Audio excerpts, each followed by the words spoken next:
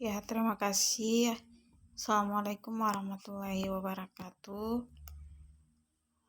Perkenalkan, nama saya Jordana Kota, NPM 2020 33040.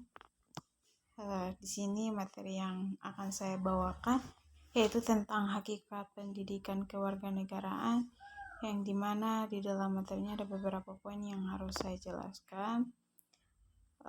Kita langsung saja materi yang pertama, yaitu tentang identitas nasional, di mana permasalahan yang saya angkat yaitu tentang krisis identitas nasional dalam dunia pendidikan. Identitas nasional menjadi masalah yang serius di Indonesia, terutama dalam dunia pendidikan Indonesia. Bangsa Indonesia yang seharusnya memiliki ciri khas dan jati diri sendiri semakin lama semakin terkikis karena perkembangan zaman maupun pengaruh dari budaya asing. Rakyat Indonesia seakan tidak bangga dengan bangsanya sendiri. Contohnya saja, warga negara Indonesia suka dengan memakai produk-produk dari luar atau brand-brand dari luar, dan masyarakat Indonesia lebih senang mendatangi destinasi wisata yang ada di luar negeri, padahal destinasi wisata yang ada di Indonesia tak kalah bagus.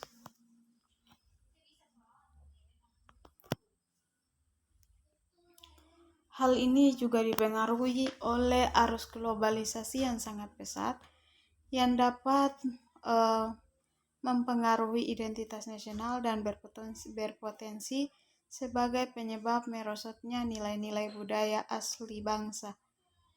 Masyarakat cenderung mengabaikan budaya asli dan menerapkan budaya asing. Masyarakat menganggap bahwa budaya asing modern dan budaya asli kuno. Yang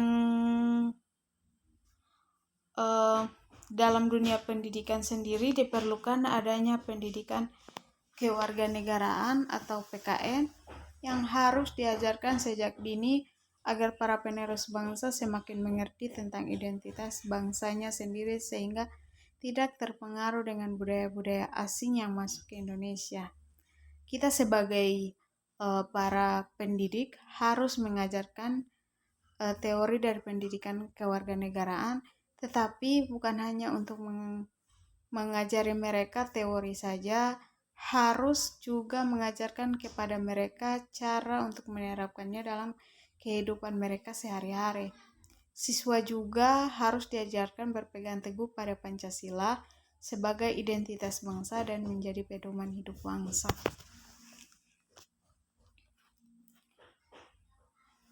Masalah yang kedua yaitu tentang upaya mengatasi ancaman integrasi nasional di berbagai bidang. Integrasi nasional merupakan proses yang harus diwujudkan demi terciptanya identitas nasional, kesatuan dan persatuan bangsa. Berikut ini penjelasan upaya mengatasi ancaman integrasi nasional di berbagai bidang. Yang pertama, bidang ideologi dan politik. Upaya mengatasi ancaman di bidang ideologi dan politik dapat dilakukan dengan cara penguatan ideologi Pancasila. Pancasila merupakan falsafah hidup negara Indonesia sehingga penguatan Pancasila wajib dilakukan. Penguatan ideologi Pancasila dapat dilakukan dengan mengamalkan nilai-nilai Pancasila dalam kehidupan sehari-hari.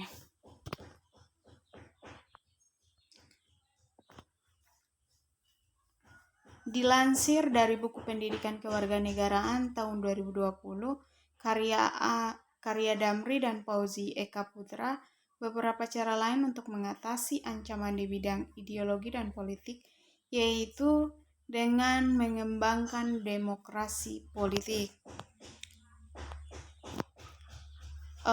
Kemudian di bidang ekonomi, ancaman utama di bidang ekonomi adalah globalisasi ekonomi. Globalisasi ekonomi dapat diatasi dengan cara menerapkan sistem ekonomi kerakyatan. Selanjutnya ada juga masalah konstitusi dalam penanganan COVID-19. Sesuai dengan data Organisasi Kesehatan Dunia atau WHO dan Johns Hopkins University dan Medicine yang menyebutkan bahwa lebih dari 400.000 orang yang terkonfirmasi positif corona dan lebih dari 16.000 orang meninggal, di mana wabah ini telah menyebarkan ke 196 negara atau teritorial per 25 Maret 2020. Berbagai upaya pemerintah yang didukung masyarakat telah dilakukan sembari kita bergotong royong untuk memulihkan keadaan saat ini. Kita juga dapat mengevaluasi diri dan kerja-kerja pemerintah secara berkesinambungan. Pertama, sikap pejabat-pejabat pemerintah yang cenderung menolak mentah-mentah atau mengabaikan fakta bahwa virus corona mengintai semua spesies manusia. Perspektif konstitusi yang dimaksud ditemukan pada preambul Undang-Undang Dasar 1945 alinea keempat yang berbunyi, negara Indonesia dibentuk ialah untuk melindungi segenap bangsa Indonesia dan seluruh tumpah darah Indonesia. Kalau saja pemerintah menganggap keselamatan rakyat penting, maka prioritas utamanya adalah rakyat. Bagaimana yang dikatakan oleh Marcus Tullius Cicero, yaitu salus populus suprema lex esto, yang artinya keselamatan rakyat merupakan hukum tertinggi. Itu artinya segala hal yang tidak berhubungan dengan keselamatan rakyat dihentikan sementara. Kemudian selanjutnya ada masalah, yaitu permasalahan tentang pengingkaran kewajiban sebagai warga negara. Kewajiban adalah sesuatu yang harus dilakukan oleh manusia sebagai tanggung jawab sesuai dengan perannya masing-masing. Sebagai hamba, manusia memiliki kewajiban terhadap Tuhan. Kemudian contohnya sebagai anak punya kewajiban terhadap orang tua, dan begitu pula dengan siswa punya kewajiban terhadap sekolah. Saya langsung saja kepada contoh pengingkaran kewajiban sebagai warga negara adalah yang pertama, tidak atau menghindari membayar pajak. Di negara Indonesia ada beberapa hal yang diatur yang diharuskan untuk membayar pajak, dan kita sebagai warga negara Indonesia harus menaati aturan tersebut. Kemudian yang kedua yaitu melanggar hak asasi manusia lain. Banyak dari kita yang tidak sadar bahwa kita telah melanggar hak asasi manusia lain atau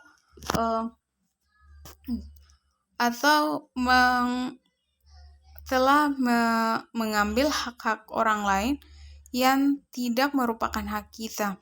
Yang kemudian ketiga, pelanggaran terhadap kewajiban pendidikan dasar, tidak ikut serta dalam pembelahan negara, dan terakhir tidak ikut serta dalam mencapai tujuan pembangunan nasional. Masalah selanjutnya yaitu masalah-masalah demokrasi. Masalah pelanggaran hak asasi manusia di masa lalu yang belum tuntas hingga kini, kebebasan media dan kebebasan berkumpul dan berserikat, serta masalah-masalah intoleransi terhadap kelompok minoritas. Sedikit banyaknya disebabkan oleh polarisasi politik yang tajam yang membelah Indonesia menjadi dua kubu, yang membuat setiap suara mengkritik pemerintah segera dikelompokkan ke kubu anti pemerintah, padahal absennya suara kritis adalah kehilangan besar untuk demokrasi yang membutuhkan kekuatan yang sehat untuk mengontrol kekuasaan. Masalah selanjutnya yaitu penegakan hukum. Masalahnya apa? Salah satu indikator negara hukum adalah keberhasilan dalam penegakan hukumnya. Dikatakan berhasil karena hukum yang telah diaturnya sudah seharusnya dan sudah waktunya dijalankan dan ditaati oleh seluruh elemen masyarakat. Ketiadaan dan kurang maksimalnya penegakan hukum dapat berimplikasi terhadap kredibilitas para pembentuk aturannya. Untuk itulah maka ketentuan yang telah mengaturnya tidak akan berhenti dalam arti aturan yang tidak bergerak atau mati, tetapi tetap akan tegak berdiri berjalan ke depan sebagaimana yang ditentukan oleh lembaga resmi dan diakui negara untuk mengaturnya. Di dalam sudut pandang objeknya, yaitu dari aspek hukumnya, penegakan hukum itu adalah pengertiannya juga mencakup makna luas dan sempit. Dalam arti luas, maka penegakan hukum mencakup pula adanya nilai-nilai keadilan yang terkandung dalam bunyi aturan formal atau nilai-nilai keadilan yang hidup di dalam masyarakat. Yang selanjutnya, wawasan Nusantara. Masalah wawasan Nusantara. Wawasan Nusantara adalah cara pandang dan sikap bangsa Indonesia di lingkungannya dengan mengutamakan persatuan dan kesatuan wilayah penyelenggaraan kehidupan bermasyarakat, berbangsa, dan bernegara. Fungsi dari wawasan Nusantara adalah sebagai pedoman, motivasi, dorongan, serta rambu-rambu dalam menentukan segala kebijaksanaan, keputusan, dan perbuatan baik bagi penyelenggaraan negara tingkat pusat maupun daerah. Kasus Sipadan dan Ligitan yang kini telah menjadi milik Malaysia menjadi bukti lemahnya bangsa Indonesia memahami konsep wawasan Nusantara. Permasalahan yang dihadapi bangsa Indonesia semakin hari semakin berat, maka penerapan dan pemahaman konsep wawasan Nusantara sebagai landasan visional mutlak perlu ditanamkan kembali dalam tatanan kehidupan masyarakat Indonesia. Selanjutnya, masalah pandemi dan tantangan ketahanan nasional Indonesia. Ketahanan nasional Indonesia mengalami tantangan baik internal maupun eksternal. Tantangan saat ini adalah pandemi COVID-19. Secara global, COVID-19 merenggut hampir 700.000 korban jiwa. Di tingkat nasional sendiri, COVID-19 hampir mencapai angka 5.000 jiwa dengan perkiraan kerugian mencapai 316 triliun rupiah. Sementara di sisi lain, COVID-19 tidak hanya memunculkan ancaman kesehatan masyarakat dan ekonomi, namun juga ketahanan pangan. Indonesia memiliki ketergantungan impor bahan-bahan pangan kini semakin mengarah kepada kelangkaan pangan akibat terhentinya aktivitas ekonomi secara masif maupun aksi penimbunan bahan pangan. Ya, itulah pemaparan materi saya pada hari ini. Semoga bermanfaat. Apabila terdapat salah kata atau ada beberapa kata yang menyinggung, saya mohon dimaafkan. Wabillahi taufiq wal hidayah. Wassalamualaikum warahmatullahi wabarakatuh.